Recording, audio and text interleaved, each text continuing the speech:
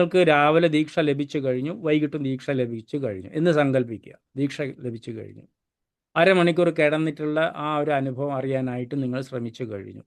വൈകിട്ടുള്ളവരും അതുപോലെ തന്നെ അനുഭവിച്ചറിയാനായിട്ടുള്ള സമയം കണ്ടെത്തി അതും ചെയ്തു. ഇനി എന്താണെന്ന് പറയുന്നത്, നാളെ ദീക്ഷ ലഭിച്ചു കഴിഞ്ഞാൽ 26 സ്ഥാനങ്ങൾ നൽകിയിട്ടുള്ള ഒരു പോസ്റ്റർ ഞാൻ PDF ഫയൽ നിങ്ങൾക്ക് അയച്ചു തന്നിട്ടുണ്ട്. മൂന്നാമത്തെ ദിവസം, ഓക്കെ, മൂന്നാമത്തെ ദിവസമാണ് ഞാൻ അത് അയച്ചു തന്നിരിക്കുന്നത്. അത് നോക്കാൻ, ചെക്ക് ചെയ്തില്ല, വീണ്ടും ഒരു പ്രാവശ്യം ഒന്ന് ചെക്ക് ചെയ്യണം. ഒരു PDF 26 സ്ഥാനങ്ങൾ എവിടെയൊക്കെയാണ് കൈകൾ വെച്ചിട്ട് ചെയ്യേണ്ടത് അതിനെക്കുറിച്ചുള്ളത് ഒരു PDF ഫയൽ. അപ്പോൾ അത് ചെയ്യുന്നതിന് മുൻപായിട്ട് ആദ്യത്തെ ഫസ്റ്റ് പേജിനകത്ത് ഗ്രാറ്റിറ്റ്യൂഡ് എന്ന് പറഞ്ഞിട്ടൊരു സംഭവം പറഞ്ഞിട്ടുണ്ട്. എന്ന് പറഞ്ഞു കഴിഞ്ഞാൽ നന്ദി രേഖപ്പെടുത്തുന്നത്, കൃതജ്ഞത, നമ്മൾ കൃതജ്ഞത അറിയിക്കുന്നത്, നമ്മൾ കൃതാർത്ഥരാണ് ആർക്കൊക്കെ എന്നുള്ള രീതിയിൽ നന്ദി രേഖപ്പെടുത്തേണ്ട ഒരു കാര്യം പറഞ്ഞിട്ടുണ്ട്, ആർക്കൊക്കെയാണെന്നുള്ളത്. അതിൽ പറയുന്നുണ്ട്, I thank God for being here, I thank Reiki for being here, I thank doctor Mikao Usui for being here, I thank myself for being here. എന്ന് പറഞ്ഞാൽ മൈസെൽഫ് എന്ന് പറയുന്ന സ്ഥലത്ത് അവരവരുടെ പേര് പറയും. ഉദാഹരണത്തിന് I thank Sasikumar four being here എന്ന് പറഞ്ഞതുപോലെ നിങ്ങളുടെ എല്ലാവരുടെ പേര് ആ നാലാമത്തിൽ നിങ്ങളെ പേര് പറയണം. ഇതാണ് കൃതജ്ഞത അറിയിക്കേണ്ടത്. ഇത് നിർബന്ധമായിട്ടും ചെയ്യേണ്ട ഒരു കാര്യമാണ്. 26 സ്ഥാനങ്ങൾ ചെയ്യുന്നതിന് മുൻപും അതേപോലെ തന്നെ 26 സ്ഥാനങ്ങൾ ചെയ്ത് കഴിഞ്ഞാലും ചെയ്യേണ്ടതായിട്ടുള്ള കാര്യം. ഓക്കെ, കൃതജ്ഞത പറഞ്ഞിരിക്കണം. ആ കൃതജ്ഞത പറയുന്നതോടുകൂടി നിങ്ങൾക്ക് ഗുരു ശിഷ്യ പരമ്പരയിലുള്ള എല്ലാ പേരുടെയും ഗുരുക്കന്മാരുടെ അനുഗ്രഹം നിങ്ങൾക്ക് ലഭിക്കുന്നതാണ് ഈ താങ്ക്സ് പറയുന്നതോടുകൂടി. അപ്പോൾ അത് 26 സ്ഥാനങ്ങൾ ചെയ്യുന്നതിന് മുൻപും 26 സ്ഥാനങ്ങൾ ചെയ്ത് കഴിഞ്ഞിട്ടും ചെയ്യണം. അത് ആ ഒരു PDF ഫയൽ 3-ാം തീയതി തന്നതാണ്. അത് വായിച്ചു കഴിഞ്ഞാൽ ഫസ്റ്റിൽ കാണാം. അത് വളരെ ഡീറ്റെയിൽ ആയിട്ട് അതിൽ കൊടുത്തിട്ടുണ്ട്. ഓക്കെ, അപ്പം ഇത്രയും കാര്യങ്ങൾ 26 സ്ഥാനങ്ങൾ ചെയ്യുന്നതിന് മുൻപും 26 സ്ഥാനങ്ങൾ ചെയ്ത് കഴിഞ്ഞിട്ടും പറയേണ്ടതാണ്. പിന്നെ റെക്കി കൈകൾ എങ്ങനെ വേണമെന്നുള്ള കാര്യം. റെക്കി നൽകുന്ന സമയത്ത്, നിങ്ങളുടെ ദീക്ഷ ലഭിച്ചു കഴിഞ്ഞാൽ നിങ്ങളുടെ ദീക്ഷയുടെ സമയത്ത് നിങ്ങളുടെ പ്രധാന ചക്രകൾ തുറന്നു കിട്ടുന്ന ഒരു പ്രക്രിയയാണ് ദീക്ഷ വഴി നടക്കുന്നത്. പ്രപഞ്ചവുമായിട്ട് നിങ്ങളെ കണക്ട് ചെയ്ത് തരുന്നതാണ് ദീക്ഷ എന്ന് പറയുന്ന ചടങ്ങ്. അനായാസമായിട്ട് നിങ്ങളുടെ ശരീരത്തിൽ കൂടെ ദീക്ഷ ലഭിച്ചു കഴിഞ്ഞാൽ പ്രപഞ്ച ഊർജം പ്രവഹിച്ച് തുടങ്ങും, ഫ്ലോ ചെയ്യാനായിട്ട് തുടങ്ങും. അത് നിങ്ങളുടെ സഹസ്രാര ചക്രത്തിൽ നിന്ന് തുടങ്ങിയിട്ട് അങ്ങനെ നമ്മുടെ ആജ്ഞാചക്ര, വിശുദ്ധി ചക്ര, അനാഹത ചക്ര വഴി കൈകളിൽ കൂടെ അത് ഒഴുകാനായിട്ട് തുടങ്ങും. ആ കൈകൾ നിങ്ങൾ എവിടെ വെക്കുന്നത്, ആ കൈകളിൽ കൂടെ ആ പ്രപഞ്ച ഊർജം നിങ്ങളുടെ ശരീരത്തിന് കിട്ടുന്നു. അതുപോലെ നിങ്ങൾക്ക് മറ്റുള്ളവരെ ചികിത്സയൊക്കെ തുടങ്ങുമ്പം അത് അവർക്ക് ലഭിച്ചു തുടങ്ങുന്നു. അത് നമ്മുടെ കൈകളിൽ കൂടെ അനായാസമായിട്ട് ആ എനർജി ഫ്ലോ ചെയ്യാനായിട്ട് തുടങ്ങും. ഇതാണ് ഫസ്റ്റ് ലെവലിലെ ദീക്ഷ എന്ന് പറയുന്ന സമയത്ത് പ്രധാന 7 ചക്രകൾ തുറന്നു തരുന്നൊരു പ്രക്രിയയാണ്, ഒരു സിസ്റ്റമാണ്. നിങ്ങളെ ചാനലൈസ് ചെയ്യുകയാണ് ചെയ്യുന്നത്. അറ്റ്യൂൺമെൻറ്റ് എന്ന് പറയുന്നത് ആക്ച്വലി ചാനലൈസ് ചെയ്യുന്നതാണ് ആ ഒരു പ്രക്രിയ. കണക്ട് ചെയ്ത് തരിക, പ്രപഞ്ചവുമായിട്ട് ഈ ശരീരത്തിനെ കണക്ട് ചെയ്ത് തരുന്ന ഒരു പ്രോസസ്സാണ് ഈ ദീക്ഷ എന്ന് പറയുന്നത്. ദീക്ഷ എന്ന് മലയാളത്തിൽ ശരിക്കും ദീക്ഷ എന്നല്ല അതിന് പറയുക, അറ്റ്യൂൺമെൻറ്റ് പ്രോസസ് ചാനൽ. അതിന് മലയാളികൾക്ക് പ്രത്യേകിച്ചിട്ട് അത് വ്യക്തമായിട്ട് മനസ്സിലാവണം. ദീക്ഷ എന്ന് പറയുന്നത് പറയുമ്പോൾ അവർക്ക് പെട്ടെന്ന് മനസ്സിലാവും. അത് ഒരു ഓസ്പീഷ്യസ് ആയിട്ടുള്ള മംഗളകരമായിട്ടുള്ള ഒരു കാര്യമാണത്. നാളത്തെ ദീക്ഷ എന്ന് പറയുന്നത് മംഗളകരമായിട്ടുള്ള ഒരു കാര്യമാണ്, നിഗൂഢമാണ്, ദൈവികമാണ്. ഓക്കെ, റേക്കിയെക്കുറിച്ച് പറഞ്ഞു കഴിഞ്ഞാൽ.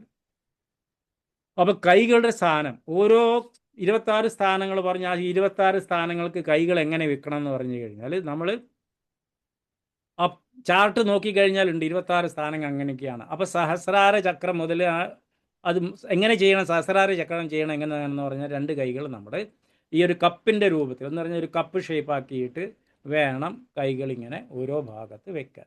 ഞാനിപ്പോൾ കാണിച്ചിരിക്കുന്ന ഈ പോർഷൻ എന്ന് പറഞ്ഞാൽ 2 ചെന്നികൾ എന്ന് പറയുന്ന പോർഷനാണ് സഹസ്രാര ചക്രത്തിന് വേണ്ടി ചെയ്യുന്നത്. ചെയ്യുമ്പോൾ ഞാൻ പറഞ്ഞില്ലേ കൈകളുടെ പൊസിഷൻ, അതിനാണ് സൂമിൽ വരണം, കാണണം, പറയണം, കണ്ട് മനസ്സിലാക്കണം എന്ന് പറയുന്നത്. ഇതൊന്നും നോട്ട്സ് വഴിയൊന്നും പറയാനായിട്ട് സാധ്യമല്ല. ലിമിറ്റായിട്ട് അതിനൊരു ലിമിറ്റ് ഉണ്ട് മനസ്സിലാക്കാൻ. അപ്പോൾ ഈ രീതിയിലാണ് കൈകൾ ഒരു കപ്പിൻ്റെ ഷേപ്പിലായിരിക്കണം. കപ്പിൻ്റെ ഷേപ്പിൽ വെച്ചിട്ട് വേണം ചെയ്യാൻ. ഫ്ലാറ്റ് ആയിട്ട് വെച്ചിട്ട് ചെയ്യാം, പക്ഷെ വിരോധമൊന്നുമില്ല. പക്ഷെ ഫ്ലാറ്റ് ആയിട്ട് ഇങ്ങനെ കൈവച്ച് ചെയ്യുന്നതിലും കൂടുതലായിട്ട് ഒരു കപ്പിൻ്റെ രൂപത്തിൽ വെച്ചിട്ട് ചെയ്യുമ്പോൾ അവിടെ എനർജി കപ്പ് ഷേപ്പിൽ അതിന് എന്താ പറയുക, സാധാരണയിൽ കൂടുതലും നമുക്ക് ഫ്ലോ ആയിട്ട് തുടങ്ങും. ഊർജം 10 മടങ്ങ് ഫ്ലോ ആകാൻ തുടങ്ങും. അതിനാണ് ഞാൻ എപ്പോഴും എല്ലാ ക്ലാസ്സിലും ഉദാഹരണമായിട്ട് പറയാറ്, നമ്മുടെ ഈജിപ്തിലുള്ള പിരമിഡിൻ്റെ കാണ്ടില്ല ഷേപ്പ് എന്ന് പറയുന്നത്.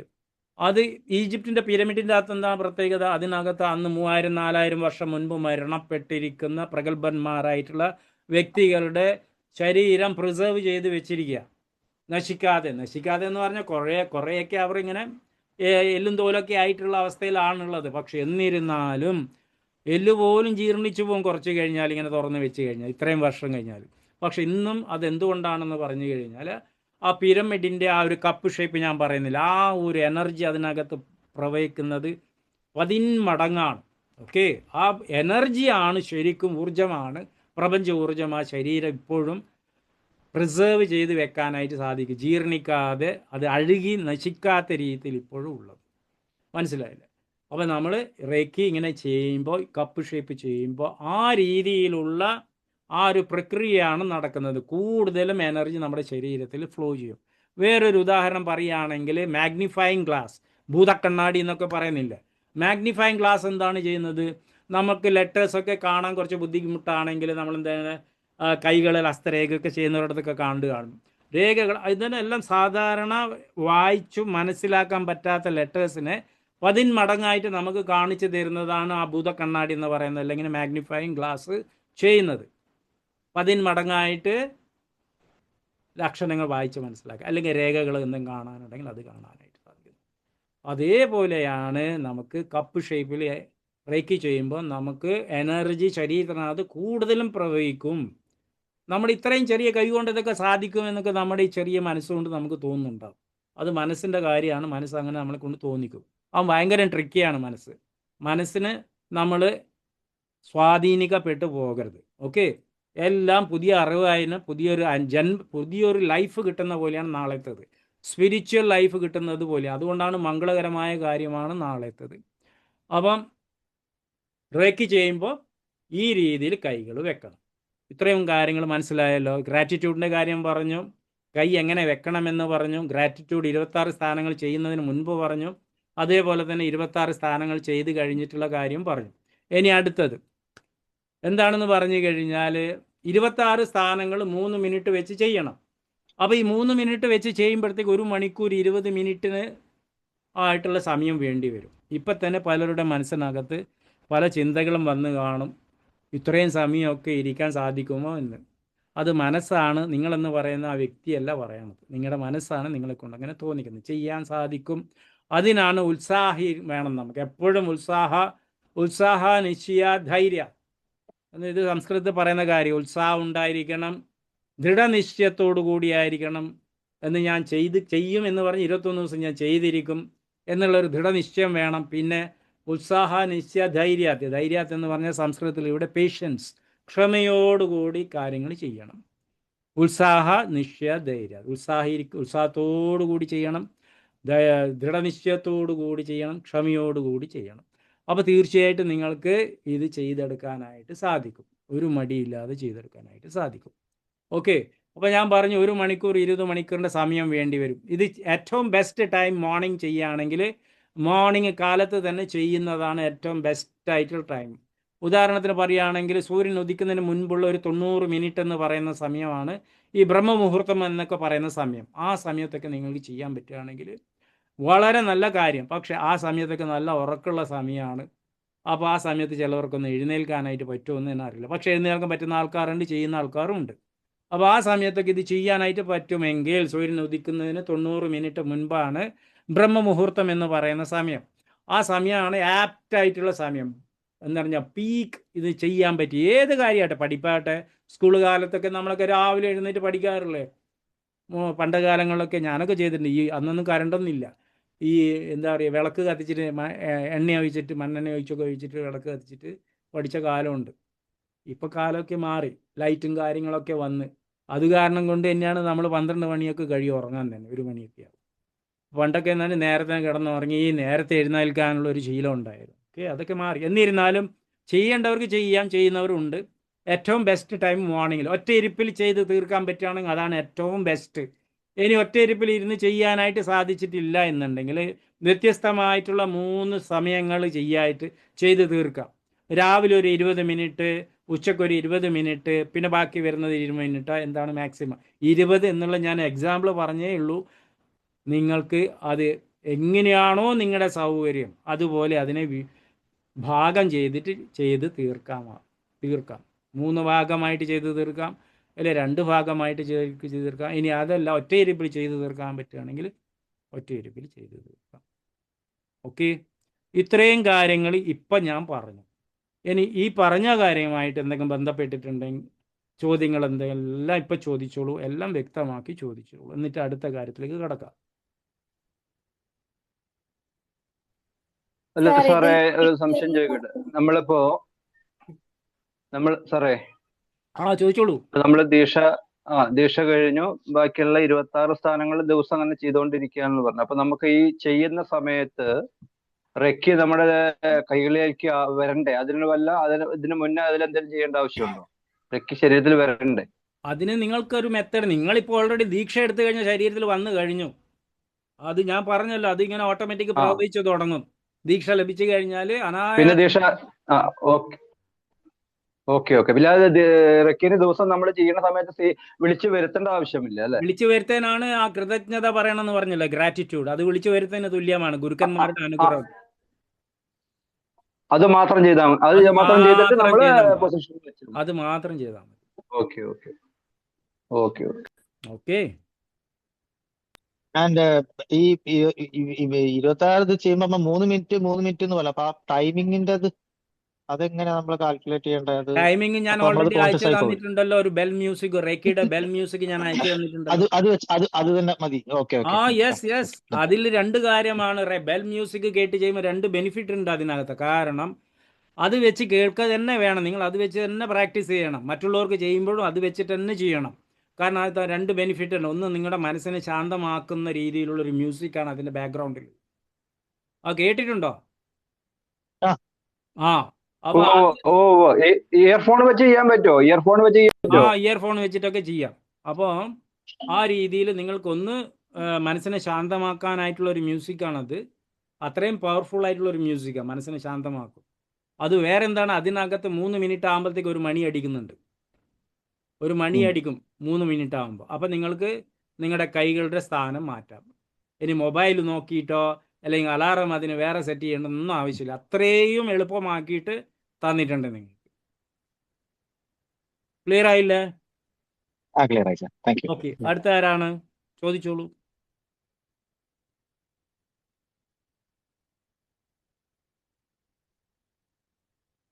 ഓക്കെ, ചോദിച്ചോളൂ. ചോദ്യങ്ങൾ ചോദിച്ചോളൂ, ഇല്ലെങ്കിൽ അടുത്ത ടോപ്പിക്കിലേക്ക് കിടക്കാം.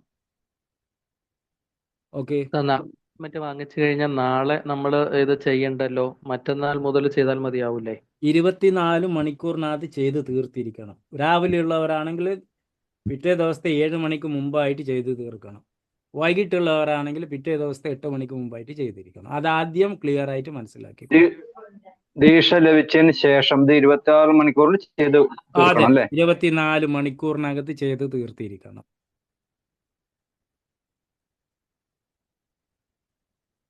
ഓക്കെ, വേറെ ആർക്കും എന്ത് സംശയമാണുള്ളത്? ഇനി അടുത്ത ടോപ്പിക്കിലേക്ക് കിടക്കാം. അപ്പം നിർദ്ദേശങ്ങളുമായി ബന്ധപ്പെട്ടിട്ട് പാലിക്കേണ്ട എന്താണെന്നുള്ളത് ഞാനൊരു 8 കാര്യങ്ങൾ പറഞ്ഞിട്ടുണ്ട്. അതിൽ പ്രധാനപ്പെട്ടിട്ടുള്ളതാണ് ഞാനിപ്പോൾ 3 കാര്യങ്ങൾ പറയാൻ പോകുന്നത്. നാളത്തെ ദീക്ഷ ലഭിച്ച് കഴിഞ്ഞ് തുടങ്ങുന്നതോടുകൂടി നല്ല രീതിയിൽ വെള്ളം കുടിച്ചിരിക്കണം. വെള്ളം നിർബന്ധമായിട്ട് നല്ല രീതിയിൽ കുടിച്ചിരിക്കണം. കാരണം എന്താണെന്ന് പറഞ്ഞു കഴിഞ്ഞാൽ ഈ 21 ദിവസത്തെ ദീക്ഷ ലഭിക്കുന്നതോടുകൂടി തന്നെ നിങ്ങളുടെ ശരീരത്തിനകത്ത് പല മാറ്റങ്ങളും വന്നു കഴിയും. എന്ന് കഴിഞ്ഞാൽ ശരീരത്തിനകത്ത് കുമിഞ്ഞുകൂടിയിരിക്കുന്ന ഒരുപാട് നെഗറ്റീവ് എനർജീസ് ആയിരിക്കും. ചിലപ്പോൾ പോയ്സണസ് ആയിട്ടുള്ള നമ്മൾക്ക് വിഷാംശങ്ങൾ നമ്മുടെ ശരീരത്തിൽ എന്തൊക്കെയുണ്ടോ അതൊക്കെ ഈ വെള്ളം കുടിക്കുന്നതോടുകൂടി ഫ്ലഷ് ഔട്ട് ചെയ്തിട്ട് അത് പോവും. ഓക്കെ, അതിനാണ് വെള്ളം കുടിക്കണം എന്ന് പറയുന്നത്. സെക്കൻഡ് തിങ്, മിതമായിട്ടുള്ള ഭക്ഷണം മാത്രമേ നാളെ ദീക്ഷയ്ക്ക് മുൻപായിട്ട് കഴിക്കാവൂ. മിതമായിട്ടുള്ള ഭക്ഷണം മാത്രമേ നാളെ കഴിക്കാവൂ. അത് മാത്രമല്ല, വെജിറ്റേറിയൻ ആയിരിക്കണം. ദീക്ഷ സ്വീകരിക്കുന്ന സമയത്തും 21 ദിവസവും പ്രാക്ടീസിൽ നിങ്ങൾ മത്സ്യമാംസങ്ങൾ വർജിച്ചിരിക്കണം, കഴിക്കാൻ പാടില്ല. അതിൽ ഞാനത് പറഞ്ഞിട്ടുണ്ട്. അപ്പോൾ അത് കഴിച്ചാൽ എന്താ എന്ന് ചോദിച്ചു കഴിഞ്ഞാൽ നിങ്ങൾ എന്താണോ 21 ദിവസം കൊണ്ട് പഠിച്ചിട്ട് നിങ്ങൾ നേടിയെടുക്കാനായിട്ട് സാധിക്കേണ്ടത് അത് നേടിയെടുക്കാനായിട്ട് സാധിക്കില്ല. നിങ്ങൾക്ക് ആ ഒരു ബുദ്ധിമുട്ടുണ്ടാവും. അതുകൊണ്ടാണ് അത് കഴിക്കാൻ പാടില്ല. പിന്നെ ഡോക്ടർ മിക്കാവോ ഉസുയുടെ 5 സാർ പ്രിൻസിപ്പിൾ ഒന്നുകൂടെ പറയാവോ? ഞാൻ ലീവ് ആയിപ്പോയി മീറ്റിംഗിൽ റേഞ്ചിന്റെ പ്രശ്നം കൊണ്ട്.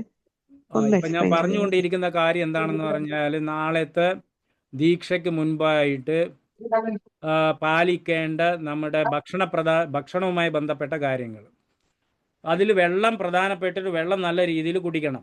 അതാണ് ഞാൻ ആദ്യം പറഞ്ഞത്. വെള്ളം നല്ല രീതിയിൽ കുടിക്കണം. പിന്നെ മിതമായിട്ടുള്ള ഭക്ഷണം മാത്രമേ നാളെ കഴിക്കാവൂ. വയറ് നിറച്ച് കഴിച്ചിട്ട് ലാസ്റ്റ് അതുമായി ബുദ്ധിമുട്ടിയിട്ട് ഇരിക്കാൻ പാടില്ല ദീക്ഷയുടെ സമയത്ത്. അതുകൊണ്ടാണ് അതുമായി ബുദ്ധിമുട്ടിയിരിക്കുകയാണെങ്കിൽ നിങ്ങൾക്ക് അനുഭവം ഒന്നും അനുഭവിച്ചറിയാനായിട്ട് സാധിക്കില്ല. മൂന്നാമത്തെ കാര്യം ഞാൻ പറഞ്ഞിരിക്കുന്നത് ദീക്ഷയുടെ സമയത്തും 21 ദിവസത്തെ പ്രാക്ടീസ് സമയത്തും മത്സ്യമാംസങ്ങളൊന്നും കഴിക്കാതെ അതിനെ കഴിക്കരുത്. ആൽക്കഹോൾ ആവട്ടെ എന്തും ലഹരി പദാർത്ഥങ്ങളൊന്നും ഉപയോഗിക്കാനായിട്ട് പാടില്ല.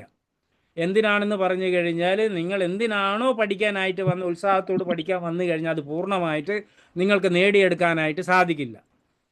ഓക്കെ, അതുകൊണ്ടാണ് ദീക്ഷയുടെ സമയത്തും 21 ദിവസത്തെ പ്രാക്ടീസ് സമയത്തും മത്സ്യമാംസങ്ങളും അതുപോലെ ലഹരി പദാർത്ഥങ്ങളൊന്നും കഴിക്കാനായിട്ട് പാടില്ല. വ്യക്തമായല്ലോ? ബാക്കിയുള്ളത് 8 മെയിനായിട്ടുള്ള കാര്യം പറഞ്ഞ് ബാക്കിയുള്ളതെല്ലാം നിങ്ങൾക്ക് വായിച്ച് നോക്കാം. ഇത് പ്രധാനമായിട്ട് എടുത്തു പറയേണ്ട കാര്യമായതുകൊണ്ടാണ് ഇത് എടുത്തു പറഞ്ഞിരിക്കുന്നുണ്ട്. ഓക്കെ, വേറെന്താണ് സംശയങ്ങൾ? ദീക്ഷ സമയത്ത് ഒന്നും കഴിക്കാതിരുന്നൂടെ? അങ്ങനെയും ചെയ്യാം. ഫാസ്റ്റിംഗ്, ഉപവാസം എടുക്കുന്ന രീതിയിൽ എടുക്കുകയാണെങ്കിൽ വളരെ നല്ല കാര്യമാണ്. കാരണം അത് ഇനിയും കുറേയൊക്കെ മംഗളകരമായിട്ടുള്ള ഒരു നീക്കമാണത് നമ്മുടെ ഭാഗത്തുനിന്ന് ചെയ്യുന്നത്. പക്ഷെ ഫാസ്റ്റിംഗ് കൂടി പറഞ്ഞ് ഇതൊന്നും തിന്നരെന്നൊക്കെ പറഞ്ഞാൽ ആരും പിന്നെ അടുത്ത പ്രാവശ്യം വരികയില്ല, ചെയ്യുകയില്ല. അല്ലേ? അതാണ്. സോ എന്നിരുന്നാലും കുറേ കാര്യങ്ങൾ ചെയ്യണം, വർജിക്കണം, അതൊക്കെ ചെയ്യണം. പിന്നെ നിങ്ങൾക്ക് നിങ്ങളുടെ ഇഷ്ടം അത് കണ്ടിന്യൂ ചെയ്യണോ വേണ്ടിയോ എന്നുള്ളത്. ഞാൻ എൻ്റെ ഉദാഹരണം പറയുകയാണെങ്കിൽ ഞാനീ പറഞ്ഞതുപോലെ 1996 പഠിക്കുന്ന സമയത്ത് ടീച്ചർ എൻ്റെ അടുത്ത് ഇതുപോലെ തന്നെ മത്സ്യമാംസങ്ങളൊക്കെ വർജിക്കണം എന്ന് പറഞ്ഞ്, അപ്പോൾ അന്നേരം എനിക്കൊരു കൗതുകമായിട്ട് തോന്നി. മത്സ്യമാംസങ്ങൾ വർജിക്കണം, അതാണ് ബെസ്റ്റ്. നിർബന്ധിച്ചിട്ടൊന്നുമില്ല, അന്നും അവർ ഇതുപോലെ നിർബന്ധിച്ചില്ല. അതേ രീതിയാണ് ഞാൻ നിങ്ങളുടെ അടുത്തും പറയുന്നത്. ഞാൻ നിർബന്ധിക്കൊന്നുമില്ല. ഓക്കെ, ഞാൻ നല്ല നോൺ കഴിച്ച് ഒരു വ്യക്തിയാണ്. മനസ്സിലായില്ല? നല്ല രീതിയിൽ നോൺ കഴിക്കുന്ന ഒരു വ്യക്തിയായിരുന്നു. ഈ പറഞ്ഞതുപോലെ 2-3 മുട്ടയൊക്കെ ഡെയിലി കഴിക്കുന്നത്. എന്തിനു പറയുന്നത്? എൻ്റെ കോളേജ് സമയത്ത് ഞാൻ തലശ്ശേരിക്കാരനാണെന്ന് ഞാൻ പറഞ്ഞില്ലേ. തലശ്ശേരിയിൽ നിന്ന് കോഴിക്കോട് ഞാൻ യാത്ര ചെയ്ത് പോകും. എന്തിനാണെന്ന് അറിയാമോ? ഒരു മാസത്തിൽ ഒരു 3-4 പ്രാവശ്യമൊക്കെ പോകും. എന്തിനാണെന്ന് പറഞ്ഞാൽ ചിക്കൻ ബിരിയാണി കഴിക്കാൻ വേണ്ടിയാണ് ഞാൻ തലശ്ശേരിയിൽ നിന്ന് കോഴിക്കോട് പോവാറ്. അപ്പോൾ അത്രയും എനിക്ക് ഇഷ്ടമുള്ളൊരു സാധനമാണ് നോൺ എന്ന് പറഞ്ഞത്. അപ്പോൾ ആ ക്രേസ് ഒന്ന് നോക്കിയാൽ 1 മണിക്കൂർ ബസ്സിൽ ഇരുന്നിട്ട് വേണം ട്രാവൽ ചെയ്യാൻ ഈ ചിക്കൻ ബിരിയാണി കഴിക്കാൻ പോകാൻ. തലശ്ശേരിയിൽ നിന്ന് കോഴിക്കോട്. തലശ്ശേരി കിട്ടാത്ത സാധനമല്ല, പക്ഷെ ടേസ്റ്റ് കിട്ടുന്നത് അവിടെയാണെന്ന് മനസ്സിലായിട്ട് അവിടെ പോകും. അങ്ങനെയുള്ള ഞാൻ 1996 ദീക്ഷ എടുത്തിട്ട് എൻ്റെ മനസ്സ് തന്നെ പറഞ്ഞു, നീ എന്തിനാണ് ഇതിൽ പഠിക്കാൻ വന്നിരിക്കുന്നത്? നിനക്ക് എന്തെങ്കിലും നേടിയെടുക്കാനായിട്ടാണല്ലോ നീ വന്നത്, എന്തുകൊണ്ട് പിന്നെ നിനക്ക് അത് ഫുള്ളി നിർത്തിക്കൂടാ? അങ്ങനെ അന്ന് തോന്നിയതാ. ഇന്ന് 29 വർഷമായി ഞാൻ നോൺ കഴിച്ചിട്ടില്ല. അത് കഴിക്കാനുള്ള ആഗ്രഹം എനിക്കില്ല. അത്രയും ക്രേസ് ഞാൻ പറഞ്ഞ തലശ്ശേരിയിൽ നിന്ന് കോഴിക്കോട് സഞ്ചരിച്ചാണ് ഞാൻ ചിക്കൻ ബിരിയാണി തിന്നാൻ. അത് മനസ്സ് തന്നെ, നിങ്ങളുടെ മനസ്സ് തോന്നണം വേണ്ടാന്ന്, അപ്പം നിർത്തിയാൽ മതി. അല്ലാതെ നിങ്ങൾ ബലാത്കാരമായിട്ട് നിർത്താനായിട്ട് ശ്രമിച്ചാൽ നടക്കില്ല. അത് കുറച്ച് ദിവസം കഴിഞ്ഞാൽ ആ നാക്ക് അങ്ങനെയാണ്, നമ്മുടെ നാക്കിൻ്റെ ടേസ്റ്റ് ബഡ്സ് ഭയങ്കര പവർഫുള്ളാണ്. അത് അങ്ങനെ പെട്ടെന്ന് നിർത്താനായിട്ട് സ്വാഭാവികമായിട്ട് തോന്നണം, എന്നിട്ട് നിർത്താം. അതുകൊണ്ടാണ് ഞാൻ പറഞ്ഞത് ചിലവർക്കൊക്കെ ഇത് സാധിക്കുമോ എന്നുള്ളൊരു ചിന്തയുണ്ടാവും. സാധിക്കാതെ ഒന്നുമില്ല. അതിനാണ് എൻ്റെ തന്നെ ഞാൻ ഉദാഹരണം പറഞ്ഞത്. ഞാൻ ചെയ്ത കാര്യമാണ് ഇത്. ഇപ്പോഴത് എനിക്ക് തോന്നാറില്ല. ഓക്കെ, ഇനി ആർക്കെന്ത് സംശയമുള്ളത്? അല്ല ഒരു നാളാ ഇത് ചോദിച്ചപ്പോ ഒന്ന് പറഞ്ഞത് മാത്രമേ ഉള്ളൂ. അപ്പൊ ചിലപ്പോ 5 ദിവസമോ 10 ദിവസമൊക്കെ ഇരുന്നിട്ട് വല്ലവരും പെട്ടെന്ന് ഒരു ദിവസം നോണ് വീട്ടിലെല്ലാവരും വെച്ച് കഴിക്കാൻ അബദ്ധത്തിൽ കഴിച്ചു പോയാൽ റേക്കിക്കുമായിട്ട് എന്തെങ്കിലും അതിന് പ്രശ്നം വല്ലതും ഉണ്ടാകുമോ എന്നുള്ളതാണ് ചോദ്യം. പ്രശ്നം എന്താണ് ഞാൻ പറഞ്ഞില്ലേ, നിങ്ങൾക്ക് കിട്ടേണ്ട റിസൾട്ടിന് കാലതാമസം ഉണ്ടാവും, അത്ര തന്നെ. വേറെ ഓക്കെ ഓക്കെ ഓക്കെ. വേറെ ബുദ്ധിമുട്ടൊന്നുമില്ല. കാലതാമസം ഉണ്ടാവും, സംഭവം നടന്നിരിക്കും. ഇപ്പം ആയുർവേദ മരുന്ന് തരുന്നവരും പറയില്ലേ നിങ്ങൾ നോൺ കഴിക്കാൻ പാടില്ല എന്ന്. പക്ഷേ ഇപ്പോൾ ആയുർവേദക്കാരും പേടിച്ചിട്ട് പറയില്ല, കച്ചവടം നടക്കില്ല എന്നുള്ളതിൽ. ഓക്കെ, വേറെ എന്തെങ്കിലും ചോദ്യങ്ങൾ ചോദിക്കാണ്ട് ചോദിച്ചോളൂ. ഇപ്പം തോന്നുന്നുണ്ടോ വെറുതെ റേക്കി പഠിച്ചെന്ന് അങ്ങനെ തോന്നുന്നുണ്ടാകത്തില്ല? വെറുതെ പഠിക്കണ്ടായിരുന്നു തോന്നിയാ? തോന്നും, മനസ്സങ്ങനെയാണ്. മനയേവ മനുഷ്യാനാം ഇല്ലില്ല, കാരണം ഭക്ഷണമല്ലല്ലോ. ആ ഇപ്പൊ നമ്മളാണെങ്കിൽ ഹിന്ദുക്കളാണെങ്കിൽ അല്ല അങ്ങനെ ഇല്ല. നമ്മളിപ്പോ ഹിന്ദുക്കളാണെങ്കിൽ 41 ദിവസം വ്രതം എടുത്ത് ശബരിമലയ്ക്ക് പോണു. മുസ്ലിംസ് അവരാണെങ്കിൽ അവർ നോമ്പ് സമയത്ത് അവർ അതെ, വ്രതം എടുക്കുന്നുണ്ട്. അത്രയേ ഇതൊക്കെ ഉള്ളൂ, സാധിക്കുന്ന സാധനമാണ്. ഒരു കാര്യത്തിന് അത്രയേ ഉള്ളൂ, വേണ്ടിയിട്ടാണല്ലോ നമ്മൾ അത്രയേ ഉള്ളൂ. 21 ഞാൻ ഡേയ്സിനല്ലേ എന്താ വേണ്ടത്. പറഞ്ഞത്, ഇത് നിങ്ങൾക്കൊരു പുനർജന്മം പോലെയാണ് റേക്കിയുടെ. റേക്കി നിഗൂഢവുമാണ്, ദൈവികവുമാണ്. ഈശ്വരൻ്റെ വേറൊരു മുഖമാണിത്. അത്ര എൻ്റെ അനുഭവം കൊണ്ട് ഞാൻ പറയാം. അപ്പം എന്തുകൊണ്ടാണ് നമുക്കൊരു 21 ദിവസം തന്നൊന്ന് ബുദ്ധിമുട്ടിക്കൂടെ? അതൊക്കെ നല്ല അനുഭവം കിട്ടും. അതുകൊണ്ടാണ് പറഞ്ഞത് മനയേവ മനുഷ്യാനാം കാരണം ബന്ധമോക്ഷയ എന്ന് പറഞ്ഞാൽ മനസ്സാണ് നമ്മുടെ ബന്ധനങ്ങൾക്കും അതേ മനസ്സാണ് നമ്മുടെ മോക്ഷത്തിനും കാരണക്കാരൻ. എല്ലാം മനസ്സാണ് നമ്മളെ കൊണ്ട് തോന്നിക്കുന്നത്, ചെയ്യാൻ പറ്റൂല, നിനക്ക് പറ്റാത്ത കാര്യമാണെന്നൊക്കെ മനസ്സാണ് പറയുന്നത്. നമ്മൾ ഓരോരുത്തരും, ഞാൻ നേരത്തെ പറഞ്ഞില്ലേ, അപാര ശക്തിയും അപാര കഴിവുള്ള ആൾക്കാരാണ്. പക്ഷേ നമ്മൾ മനസ്സിൻ്റെ സ്വാധീനത്തിൽ പെട്ടിരിക്കുക. അതുകൊണ്ടാണ് പറഞ്ഞത്, നേരത്തെ പറഞ്ഞത് മനയേവാം മനുഷ്യാനാം കാരണം ബന്ധമോക്ഷയ. ബന്ധനത്തിൽ പെട്ടിരിക്കുകയാണ്. പക്ഷെ ആ മനസ്സിനെ നമുക്ക് ട്രെയിൻ ചെയ്തെടുത്താൻ പറ്റുകയാണെങ്കിൽ, നിയന്ത്രണത്തിൽ കൊണ്ട്, ആ മനസ്സ് നമ്മുടെ മോക്ഷത്തിനും നമ്മളെ സഹായിക്കും. മനസ്സിനെ നിയന്ത്രിക്കാൻ പറ്റുമെങ്കിൽ അവൻ നല്ലൊരു സുഹൃത്താണ്. നിയന്ത്രിക്കാൻ സാധിച്ചില്ലെങ്കിൽ അവൻ നമ്മുടെ തന്നെ നാശത്തിലേക്കുള്ള ഒരു ശത്രുവെ പോലെയാണ്. അപ്പം റേക്കിയുടെ സമയത്ത് ഇതൊരു പുതിയൊരു സംഭവമല്ലേ, നമ്മൾ ഇത്രയും ചെയ്യാതെ സംഭവം ചെയ്യുമ്പോൾ മനസ്സിങ്ങനെ നമ്മളെ ഇങ്ങനെ എന്തിനും ഈ പരിപാടി തുടങ്ങി എന്നൊക്കെ മനസ്സ് തന്നെ നമ്മളെ കൊണ്ട് തോന്നിക്കും. മനസ്സിങ്ങനെ നമ്മളെ പ്രേരിപ്പിക്കും. അപ്പോൾ അതിനൊന്നും വഴങ്ങരുത്, അതാ ഞാൻ പറഞ്ഞു വരുന്നത്. മനസ്സ് തന്നെ നമ്മുടെ മിത്രവുമാണ്, നമ്മുടെ ശത്രുവുമാണ്. നമ്മുടെ അതിനെ നല്ല രീതിയിൽ നിയന്ത്രിക്കാനായിട്ട് സാധിച്ചു കഴിഞ്ഞാൽ, എങ്ങനെയാണ് നിയന്ത്രിക്കുക എന്ന് പറഞ്ഞു കഴിഞ്ഞാൽ, അതിന് അങ്ങനെ ഒരു വല്ല ടെക്നിക്ക് എന്ന് പറഞ്ഞാൽ എന്താണ്? ബുദ്ധി ഉപയോഗിച്ചിട്ട്. ബുദ്ധി എങ്ങനെ? ഞാൻ പറഞ്ഞു തരുന്ന ടെക്നിക്സുകൾ, ഞാൻ ഈ പറയുന്ന കാര്യങ്ങളൊക്കെ മനസ്സിനെക്കുറിച്ച് ഞാൻ പറഞ്ഞു തന്നു, അവൻ്റെ സ്വഭാവം ഇങ്ങനെയാണ്. അപ്പോൾ അത് നിങ്ങൾ മനസ്സിലായിട്ട് ബുദ്ധി ഉപയോഗിക്കുക. ഇത് ഞാനല്ല, എൻ്റെ മനസ്സാണ് എന്നെക്കുറിച്ച് പറയുന്നത്.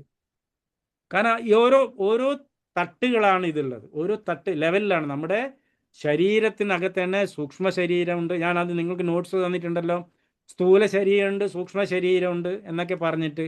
അതുപോലെ തന്നെ ആത്മാവെന്ന് പറയുന്ന സോൾ എന്താണ്, നിങ്ങൾക്ക് എന്ത് രീതിയിലും അതിനെ വ്യാഖ്യാനിക്കാം. ചൈതന്യമാണോ പ്രാണനാണോ, ഏത് രീതിയിലും അതിനെ വ്യാഖ്യാനിക്കാം. ഓക്കെ, ഈ 3 തലങ്ങളിലാണുള്ളത്. അപ്പോൾ ശരീരതലത്തിലാണ് നമുക്കെല്ലാം കാണാൻ, സ്പർശിക്കാം, എല്ലാം കാണാൻ പറ്റുന്നുണ്ട്. സൂക്ഷ്മ ശരീരം നമുക്ക് കാണാനായിട്ട് സാധിക്കില്ല. അതിനകത്താണ് ചക്രാസൊക്കെ കിടക്കുന്നതെന്ന് ഞാൻ പറഞ്ഞു. ചക്രകളൊക്കെ ഈ സൂക്ഷ്മ ശരീരത്തിനകത്താണ് ഉള്ളത്. അത് കാണാനായിട്ട് സാധിക്കില്ല, അനുഭവിച്ചറിയാനായിട്ട് സാധിക്കും. അതാണ് നാളെ നിങ്ങൾ അനുഭവിച്ചറിയാനായിട്ട് പോണത്. ഓക്കെ, പിന്നെ അതിന് കുറേ പ്രാക്ടീസ് ചെയ്യുമ്പോൾ നിങ്ങൾക്ക് എന്താണ്, റേക്കി നല്ല രീതിയിൽ പ്രാക്ടീസ് ചെയ്ത് വരുമ്പോൾ നിങ്ങൾ സോൾ പ്ലാറ്റ്ഫോമിലേക്ക് വരും. എന്ന് പറഞ്ഞാൽ ആ ആത്മീയ തലത്തിലേക്ക് നിങ്ങൾക്ക് എത്താനായിട്ട് സാധിക്കും. എന്ന് പറഞ്ഞാൽ ശരീരബോധത്തിൽ നിന്ന് മാറിയിട്ട് ആത്മീയ തലത്തിലെത്തിക്കാനായിട്ട് സാധിക്കും. അതിന് നിങ്ങളെ 100% റേക്കി സഹായിക്കും. ഓക്കെ, അതാണ് പറയുന്നത് ഇന്ദ്രിയാണി പരണ്യാഹുർ ഇന്ദ്രിയേഭ്യ പരം മനഃ മനസ്സസ്തു പരാബുദ്ധിർ യോ ബുദ്ധ്യേ പരതസ്തു സഹ. ഇത് 4 സ്റ്റേജുകളാണ്, 4 ലെവലുകളാണ്. എന്താണ് ഇന്ദ്രിയാണി പരണ്യാഹുർ? ആദ്യം പറയുന്ന ഇന്ദ്രിയങ്ങളെക്കുറിച്ചാണ്. നമ്മുടെ ശരീരത്തിലെ ഇന്ദ്രിയങ്ങളെക്കുറിച്ചാണ്. ഇന്ദ്രിയാണി പരണ്യാഹുർ ഇന്ദ്രിയേഭ്യ പരം മനഃ. മനസ്സിൻ്റെ സ്ഥാനം ഇന്ദ്രിയങ്ങൾക്ക് മേലെയാണ്. ഈ പറഞ്ഞ നേരത്തെ ഞാൻ പറഞ്ഞ മനസ്സില്ലേ, അത് ഈ ഇന്ദ്രിയങ്ങൾക്ക് മേലെയാണ് മനസ്സിൻ്റെ സ്ഥാനം. മനസ്സിൻ്റെ മേലെ എന്താ പറയുന്നത്? മനഃ ഇന്ദ്രിയാണി പരണ്യാറ് ഇന്ദ്രിയ പരം മന മനസ്സസ്തു പരാബുദ്ധിർ. ബുദ്ധിയുടെ സ്ഥാനം നോക്കിയാൽ മനസ്സിന് മേലെയായിട്ടാണ്. യോ ബുദ്ധിയെ പരതസ്തു സഹ. പിന്നെ ബുദ്ധിക്ക് മേലെയായിട്ട് ആ ആത്മാവ്, ചൈതന്യം, എന്ത് വേണമെങ്കിലും പറയാം. ഈശ്വരൻ്റെ അംശം, നമ്മളൊക്കെ ഈശ്വരൻ്റെ അംശമാണ്. ഓക്കെ, ആ തലം. അപ്പോൾ നമുക്ക് ഈ ഒരു സ്ഥലം കടന്നു വരണം. അപ്പോൾ ബുദ്ധി മനസ്സിന് മേലെയാണ് അതിൻ്റെ സ്ഥാനം. അപ്പോൾ ആ ബുദ്ധി ഉപയോഗിച്ചിട്ട് മനസ്സിനെ കൺട്രോൾ ചെയ്യാനായിട്ട് സാധിക്കും. അപ്പോൾ അതിൻ്റെ ടെക്നിക്സ് ഞാൻ പറഞ്ഞു തന്നു. മനസ്സിന് നിങ്ങൾ വഴങ്ങരുത്. നിങ്ങളുടെ ബുദ്ധി ഉപയോഗിച്ചിട്ട് പറഞ്ഞ കാര്യങ്ങൾ ഉത്സാഹ, നിശ്ചയ, ധൈര്യം. ഉത്സാഹം എന്നും വേണം, ദൃഢനിശ്ചയം ഉണ്ടായിരിക്കണം, പേഷ്യൻസ് ഉണ്ടായിരിക്കണം. അപ്പോൾ മനസ്സിനെ കൺട്രോൾ ചെയ്യാനായിട്ട് സാധിക്കും. സിമ്പിളായില്ലേ? അല്ലെങ്കിൽ ഒരുപാട് കാര്യങ്ങൾ കേട്ടതുപോലെ അത് എന്താ താങ്ങാൻ പറ്റാത്ത രീതിയിലാവുന്നുണ്ടോ? ഇല്ലല്ലോ. അങ്ങനെ ഇല്ല. താങ്ങാൻ പറ്റാതാവുന്നുണ്ടെങ്കിൽ 2 ശ്വാസം, ദീർഘശ്വാസം എടുത്തിട്ട് മെല്ലെ അങ്ങ് വിട്ടേക്കുക. അപ്പം മൈൻഡ് റിലാക്സ് ആവും കുറച്ചുകൂടി. കാരണം മൈൻഡിനെ കുറിച്ചാണ് നമ്മൾ പറയുന്നത്. അവനെക്കുറിച്ചുള്ള കുറ്റങ്ങളാണ് നമ്മൾ പറഞ്ഞുകൊണ്ടിരിക്കുന്നത്. അപ്പോൾ അവൻ ഇങ്ങനെ എവിടെ ഇരുന്നിട്ട് ഇത് കേൾക്കുക. ആഹാ, എന്നെക്കുറിച്ച് പറയുകയല്ലേ, മനസ്സിലായില്ലേ? അപ്പോൾ ദീർഘശ്വാസം എടുത്തിട്ട് സ്ലോലി റിലാക്സ് ചെയ്യുക. Inhale and exhale. അപ്പം വീണ്ടും ഫ്രഷ് ആവും. പിന്നെ എന്തെങ്കിലും സംശയം ഉണ്ടോ? ഇല്ലെങ്കിൽ ഞാൻ അടുത്ത കാര്യത്തിലേക്ക് കിടക്കാം. നിങ്ങളുടെ ഓരോരുത്തരുടെ പേരും സമയം ഞാൻ നോട്ട് ചെയ്തിരിക്കും. എല്ലാവരും ലൈവിൽ വരണം. സർ യെസ്, ചോദിച്ചോളൂ. ചെറിയൊരു കാര്യം. ഇപ്പൊ ആ. നമ്മൾ ഈ പറഞ്ഞ രീതിയിൽ കാര്യങ്ങളെല്ലാം വൃത്തിക്ക് ചെയ്തു, നമ്മൾ ഫുഡിന്റെ കാര്യങ്ങളെല്ലാം പ്രോപ്പർ ആയിട്ട് ചെയ്തു, നമ്മളിത് 21 days പ്രാക്ടീസ് ചെയ്തു. ഉം. നെക്സ്റ്റ് പിന്നെ എന്താണ്? അത് കഴിഞ്ഞ് കഴിഞ്ഞാൽ 7 പ്രധാന ചക്രകളിലേക്ക് കടക്കാം നിങ്ങൾക്ക്. അത് കണ്ടിന്യൂസ് ആയിട്ട് ലൈഫ് ലോങ്. അത് 20 നമ്മൾ മിനിറ്റ് ചെയ്യാൻ 21 മിനിറ്റേ വേണ്ടൂ. 7 പ്രധാന ചക്രകൾ ചെയ്യാൻ. പിന്നെ 21 മിനിറ്റ് മതി. ഈ പറഞ്ഞ പോലെ 1 മണിക്കൂറിൽ മേലുള്ള സമയം പിന്നെ വേണ്ട. ആവശ്യമില്ല. പിന്നെ ആവശ്യമില്ല. പിന്നെ നിങ്ങൾക്ക് 7 പ്രധാന ചക്രകൾ 3 മിനിറ്റ് വെച്ചിട്ട് ലൈഫ് ലോങ് ചെയ്യാം. അത് മാത്രമല്ല, സെക്കൻഡ് ലെവലിലേക്ക് പഠിക്കാനായിട്ട് നിങ്ങൾക്ക് എൻട്രി കിട്ടുകയും ചെയ്യും 21 ദിവസം കഴിഞ്ഞാൽ. അപ്പോൾ 21 ദിവസം കഴിഞ്ഞാൽ എനിക്ക് നിങ്ങൾ മെസ്സേജ് ചെയ്ത് അറിയിക്കണം, സാറേ എൻ്റെ 21 ദിവസം കംപ്ലീറ്റ് ആയി. അപ്പോൾ ഞാൻ അതിനനുസരിച്ചുള്ള കാര്യങ്ങൾ നിങ്ങളായിട്ട് പറയും, സംസാരിക്കും. ഓക്കെ, സെക്കൻഡ് ലെവലിലേക്ക് പഠിക്കാനുള്ള ഒരു ക്വാളിഫൈഡ് ആവും. ഓക്കെ, ചോദിച്ചോളൂ. ഒരു സംശയം കൂടി. ഈ ദീക്ഷ സമയത്ത് നമ്മൾ ശുദ്ധമായിട്ട് കുളിച്ച് ഇരിക്കണമെന്ന് അങ്ങനെ വല്ലതും ഉണ്ടോ? കുളിച്ചു കഴിഞ്ഞാൽ നല്ലതാണ്, ബെസ്റ്റാണ്, നല്ലൊരു മംഗളകരമായ കാര്യമല്ലേ നടക്കുന്നത്. അത് ചെയ്യാൻ പറ്റുകയാണെങ്കിൽ നല്ലത്. ബാഹ്യ അഭ്യന്തര ശുചിഹി എന്നാണ് പറയുന്നത്. ബാഹ്യ അഭ്യന്തരം എന്ന് പറഞ്ഞാൽ നിങ്ങൾ പുറമേയും ആന്തരികമായിട്ട് അകത്ത് ശുദ്ധീകരണം. അതാണ് നോണൊന്നും കഴിക്കരുതെന്ന് പറയാൻ കാരണം. ബാഹ്യ അഭ്യന്തര ശുചിഹി, ശുചിത്വം നമ്മൾ പുറമേയും അകത്തും ചെയ്യാണ്. ഓക്കെ, യെസ്, നമസ്കാരം, ചോദിച്ചോളൂ. സാർ, ഞാൻ ഹനുമ. ഹനുമ പറഞ്ഞോളൂ. എന്താണ്? ഞാൻ ഒരു ഡൗട്ട് ചോദിക്കാനാണ്. അപ്പോ ഇവിടെ സ്ത്രീകളും പുരുഷന്മാരും ഉണ്ട്. അപ്പൊ 21 days നമ്മൾ കണ്ടിന്യൂ ഈ പ്രാക്ടീസ് ചെയ്യുമ്പോൾ സ്ത്രീകൾക്ക് അറിയാലോ, പീരിയഡ്സ് എന്ന് പറയുന്ന ഒരു 7 ദിവസം അതുണ്ടാവാറുണ്ട്. അപ്പൊ അത് ഇതിനെ ബാധിക്കുമോ ഇല്ലയോ എന്നുള്ളതാണ് എന്റെ ക്വസ്റ്റ്യൻ. അതെ, അത് നിങ്ങൾ യാതൊരു തരത്തിലും ബാധിക്കില്ല. റെക്കിയുടെ കാര്യത്തിൽ അത് നിങ്ങളെ ബാധിക്കുന്നില്ല. നിങ്ങൾക്ക് കണ്ടിന്യൂ ചെയ്യുക. അത് നിങ്ങൾക്ക് ഗുണം ചെയ്യും നല്ല രീതിയിൽ. Okay sir. ആ സമയത്ത്. Okay sir, thank you. Thank you so much. Next ആർക്കാ എന്താ ചോദിക്കാനുള്ളത്?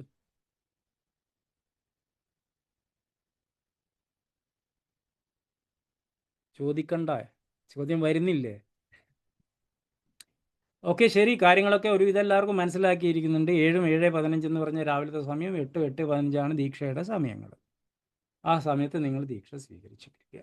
ഓക്കെ, പിന്നെ എല്ലാവർക്കും എല്ലാവിധ ആശംസകളും.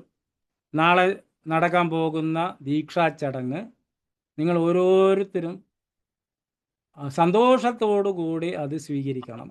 ഓക്കെ, അപ്പോഴെന്ന് ആ ഒരു ഭാവത്തിൽ, ആ ഒരു മൂഡിൽ ഇരിക്കുമ്പോൾ എന്താണെന്ന് പറഞ്ഞു കഴിഞ്ഞാൽ നല്ല നല്ല രസകരമായിട്ടുള്ള അനുഭവങ്ങളും ഉണ്ടാകാനുള്ള എല്ലാ സാധ്യതകളും ഉണ്ട്.